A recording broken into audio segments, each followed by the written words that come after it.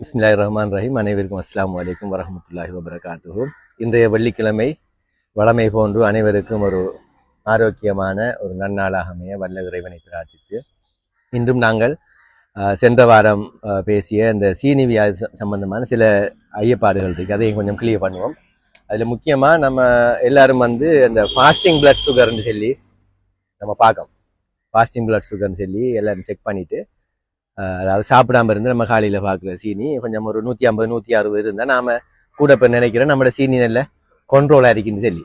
அப்போ ஒருத்தர் நம்ம அந்த போஸ்பரண்டியல் ஒன்று அது சொல்கிறது அந்த பிபிபிஎஸ்ன்னு சொல்லி, அதாவது சாப்பிட்டு 2 hours பார்க்குற டெஸ்ட் ஒன்று அது கட்டாயம் எல்லாரும் செய்யணும். அதை செய்தால் தான் விளங்கும் நீங்கள் சாப்பிட்ட சாப்பாடு ஒரு சீனிக்காரால் ஆரோக்கியமான சாப்பாடா, சீனிக்காரால் சாப்பிட வேண்டிய சாப்பாடா, அல்லது நாங்கள் வளமையாக எல்லாரும் சாப்பிட்ற உணவு மாதிரி சாப்பிட்டுக்கலான்னு பார்க்குறேன்னு சொல்லிச்சுன்னா சாப்பிட்டு 2 hours சாப்பிட்டு உங்களோட டெப்லெட் டைம் போட்டுட்டு, இப்போ குளிசை பாவிக்கிறார்கள் டெப்லெட் டைம் போட்டுட்டு 2 hours பார்க்கணும். அது 180 குறையரிக்கணும் உண்மையாக. ஆனால் அது எல்லாருக்கும் எப்படி இருந்துச்சுன்னா 300 280 அப்படி தான் இருக்கு. இப்போ நம்ம எங்கள்கிட்ட இப்போ ப்ரைவேட்டில் ஈவினிங்கில் மருந்து எடுக்க வருவாங்க சில ஆட்கள், சில சிம்டம்களோட, இப்போ காலில் காயம் சரி, அல்லது ஏதாவது தலை சுத்து மயக்கம் அல்லது தாகம் அறிக்கை, அல்ல இரவையில் கொஞ்சம் அடிக்கடி யூரின் போகுதுன்னு சொல்லி வருவாங்க. வார டைமில் நாம் சுமார் 2 amount பார்க்குறேன். ஒரு 4 மணிக்கு அப்போ ஒரு 2 o'clock சாப்பிட்டுப்பாங்க, பகல் சாப்பாடு சாப்பிட்டு டெப்லெட் போட்டிருப்பாங்க. அப்போ அந்நேரம் நாங்கள் 2 குத்தி பார்த்தோம் சொன்னா அந்நேரம் 350 இருக்கு. அப்போ அந்நேரம் அவங்க நம்ம டாக்டர் சொல்கிற விளக்கம் என்ன, சார் நான் டீ குடிச்சா அதான் 350, நான் இப்போ கொஞ்சம் இதை சாப்பிட்டேன் 350. அப்போ அதான் பிரச்சனை. அதாவது அந்த டீ தான் பிரச்சனை. அந்த டீ குடிக்கப்படாது. நீங்கள் அந்த 350க்கு வார டீ குடிக்கப்படாது. இது விளங்குற எல்லாருமே தான் நியாயப்படுத்துறேன்னு சொன்னா, நான் சாப்பிடாம பார்த்தா குறையத்தான் சார் இருக்கிறேன். இன்னைக்கு 150 160 இருக்கும். இது இப்போ வரக்குள்ள ஒரு வட்டலாப்பம் சின்ன துண்டை தின்னுட்டேன், அதான் 350 இப்போ அந்த சீனியாலாம் நம்மளுக்கு டேமேஜ் வர போகுது. நான் உதாரணத்துக்கு சொல்கிற ஆகள்கிட்ட இப்போ இவங்க நினைக்காங்கன்னா ஃபாஸ்டிங் இருந்து பார்த்து எந்த கொண்டோண்டா எனக்கு பாதிப்பு இல்லை என்று நினைச்சிட்டு இருக்கிறேன். இப்போ கிளினிக் வர பேஷண்ட் எல்லாருமே என்ன செய்யறேன்னா ஃபாஸ்டிங் பிளட் சுகரை செஞ்சுட்டு வாரு எல்லாரும் ரெக்கார்டும் நெல்லம் இருக்கும். ஆனால் வருத்தம் எல்லாம் பார்த்தா 350 வருத்தம் என்ன கால் வரைச்சிட்டு கண் சார் மங்கள் கொஞ்சம் கிட்னி ரிப்போர்ட் பிழைக்குது. இப்படி அவங்க சொல்ற வருத்தம் எல்லாம் சீனி 350 வருத்தம்.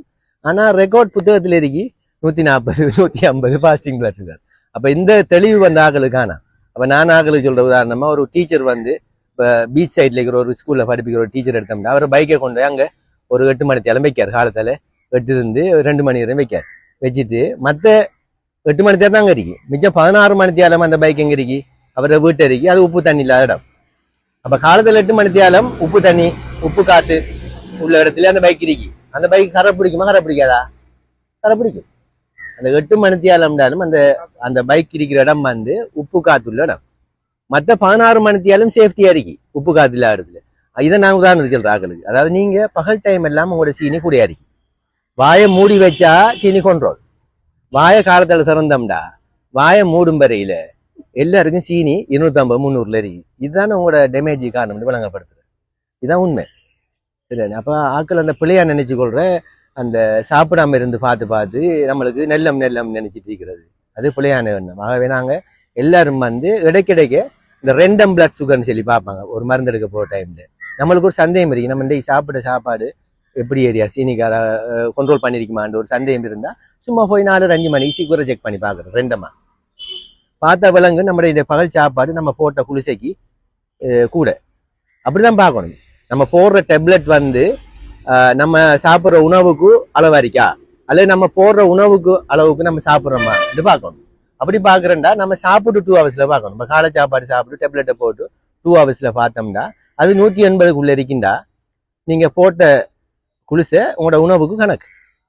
அதே மாதிரி பகல் சாப்பாடு சாப்பிட்டு 2 hours பார்க்குறேன், அல்லது டின்னர் எடுத்துட்டு 2 hours பார்க்குறேன். இப்போ 8 மணிக்கு சாப்பிட 10 மணிக்கு ஒரு வீட்டை செக் பண்ணி பார்க்குறேன். இந்த குளுக்கோமீட்டர் ஒரு 4000 ரூபா 4500 தான். அதுக்கு போகிற ஸ்டிப்ஸ் 80 ரூபா தான். இல்லை இப்போ நம்ம எவ்வளோ செலவழிக்கிறோம், ஒரு மெஷின் டயபெட்டிக் இருந்தால் ஒரு மெஷினை வாங்கிக்கணும். இப்போ நம்ம பிளட் செக் பண்ண போகிறன்றது ஒரு பெரிய ஒரு ப்ரொசீஜர். அது ஆக்கள் வேணும், ஏற்றிப்போ ஆள் வேணும், இதாலே பாடுபடுறது. அப்போ சீனி வர்த்தம் இருக்கிறார்கள் இந்த மெஷின் ஒன்று வாங்கிக்கணும். நம்ம பெருநாளைக்கு குரூப் எடுக்கிறாப்புல எவ்வளோ செலவழிக்கும். இது ஒரு மெஷின் வாங்கினா அது 10 வருஷம் 8 வருஷத்துக்கு இருக்கும். அப்போ நாங்கள் என்ன செய்யலாம்னா வீட்டில் ஒரு சந்தேகமான உணவுகள் சாப்பிட்றனாலே நாங்கள் பார்த்துக்கொண்டா இந்த சுகரை கட்டுப்படுத்தலாம். ஆகவே இந்த 2 முக்கியம். அதாவது சாப்பிட்டு 2 hours பார்க்குறது, 2 பார்க்குறது நாம கொஞ்சம் அசஸ் பண்ணிக்கொள்ள இயலும். அது ஒன்று. மற்ற நான் போன வாரம் கழிச்சது இந்த HbA1cங்கிறது. அந்த 3 மாதத்துக்கு ஒருக்கா பொதுவாக நாங்கள் சொல்கிறோம் அந்த கள்ளம் பிடிக்கிற டெஸ்ட்னு சொல்லி சொல்கிறது. அதாவது நாம் மற்ற நாளைகளில் 29 நாளும் நம்ம எப்படி சாப்பிட்ருக்கோம், மாத்தையில் ஒருக்கா தான் சுகரை பார்க்க போகிறோம் டயபெட்டிக்காக.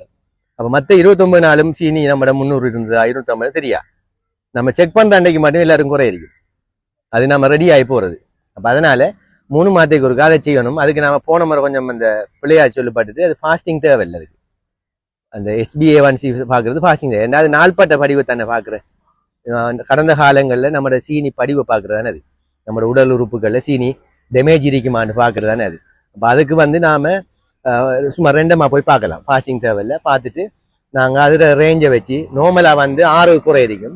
டயபெட்டிக் ஆகளுக்கு கண்ட்ரோலாக இருந்தால் 6க்கு 7 கூட மெயின்டைன் பண்ணணும். 6க்கு 7 கூட நான் மெயின்டைன் பண்ணால் நம்மளோட கண்ட்ரோலாக இருக்குது. 7க்கு 8க்கு மேலே போனால் அது வந்து அன்சாட்டிஸ்ஃபேக்டரி, சாட்டிஸ்ஃபேக்ஷன் இல்லை. 8க்கு மேலே போகல அது நம்மளுக்கு உடம்புல உபாதைகள் அதிகமாக இருக்கும். ஆகவே எந்த டெஸ்ட்டையும் நாங்கள் செய்துட்டோம் அப்படின்னா நம்மளோட 3 மாதத்துக்குள்ள பார்த்துட்டா நம்ம உடலை ஒரு கண்ட்ரோலில் வச்சுக்கொள்ளலாம். அப்படி அந்த கண்ட்ரோலை வச்சுட்டோம்னா நாங்கள் டயபெட்டிக்கால வர பிரச்சனைகள்ல இருந்து நாங்கள் எங்களை பாதுகாத்து கொள்ள இயலும். அப்போ இன்றைக்கு இந்த டாபிக் போதும் நினைக்கிறேன். அனைவருக்கும் அஸ்ஸலாமு அலைக்கும் வரஹ்மத்துல்லாஹி வபரகாத்துஹு.